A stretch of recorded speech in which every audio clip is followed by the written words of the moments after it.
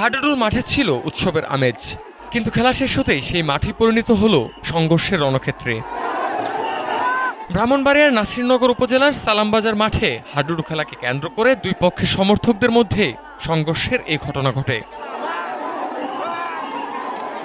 শনিবার বিকেলে অনুষ্ঠিত খেলায় ধর্মণ্ডল দল ৩-০ পয়েন্টে শিমুল ঘর দলকে পরাজিত করে। স্থানীয়দের দাবি, খেলা শেষে পরাজিত দলকে কয়েকজন খেলোয়াড় ও সমর্থক বিজয়ী দলের একজন খেলোয়াড়কে আটক করার চেষ্টা করেন। পরে তাকে না পেয়ে দুই পক্ষের মধ্যে শুরু হয় উত্তেজনা। এক পর্যায়ে কিছু দর্শক মাঠে নেমে ধর্মণ্ডল দলের দুই সদস্যের উপর হামলা চালায় বলে অভিযোগ ওঠে।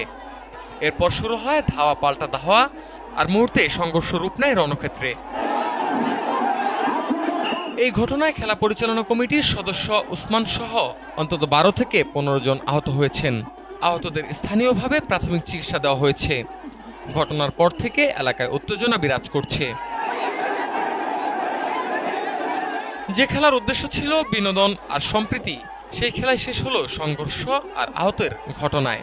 খেলার মাঠে প্রতিদ্বন্দ্বিতা থাকুক, সহিংসতা নয়, এমনটাই প্রত্যাশা সকলের।